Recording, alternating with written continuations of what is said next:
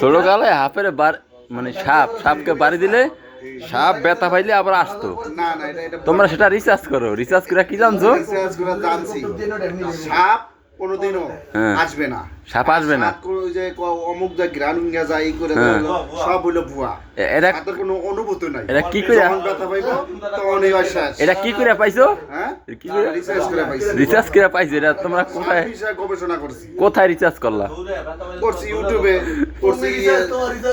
No no, কোনোদিন ভুল না। নো নো, এটা তোমার রিসার্চ ভুল, এটা ভুল না।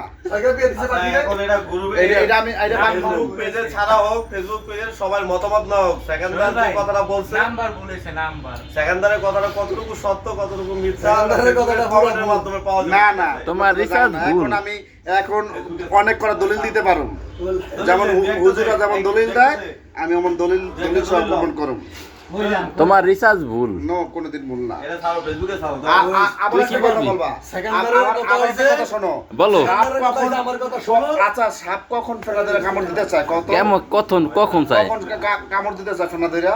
যখন ব্যথা পাই। সাপটা যখন যাইবো তুমি স্থির থাকবা, কোনোদিন তোমার কামড় দিব না। যখন নাড়াচাড়া করবা তখন ফোর্স করে তোমার কামড় মারবো। এটা ফেসবুকে পরশু দিনের ভিডিও দেখছি না। এটা আমাদের করা। ইউটিউব আর ফেসবুকে রিসার্চ করছো? সব জায়গায় আমরা গবেষণা করছি।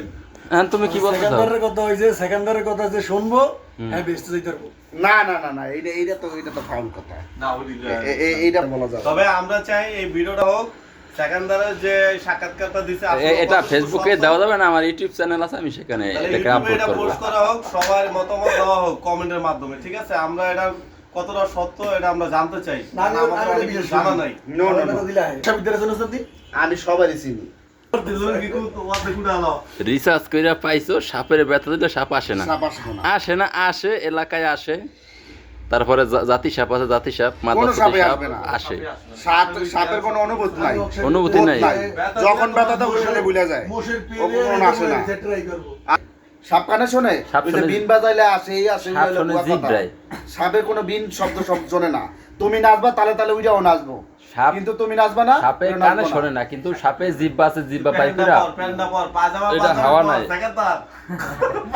এটা জিব্বা দিয়া সব ঘ্রাণ শুনে। নো নো নো, সাপের কোনো অনুভূতি নাই। জিব্বা দিয়া ঘ্রাণ শুনে। কারণ শোনে। আসলে এটা আমরা হ্যাঁ, পীরে মাওলানা, পীরে মাওলানা জামাতে ইসলামের নতুন আমির পুটকি সেকান্দার বলো।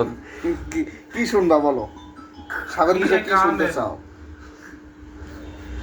কি শুনতে চাও সাপের বিষয়ে? সাপের ব্যথা দিলে আসে না?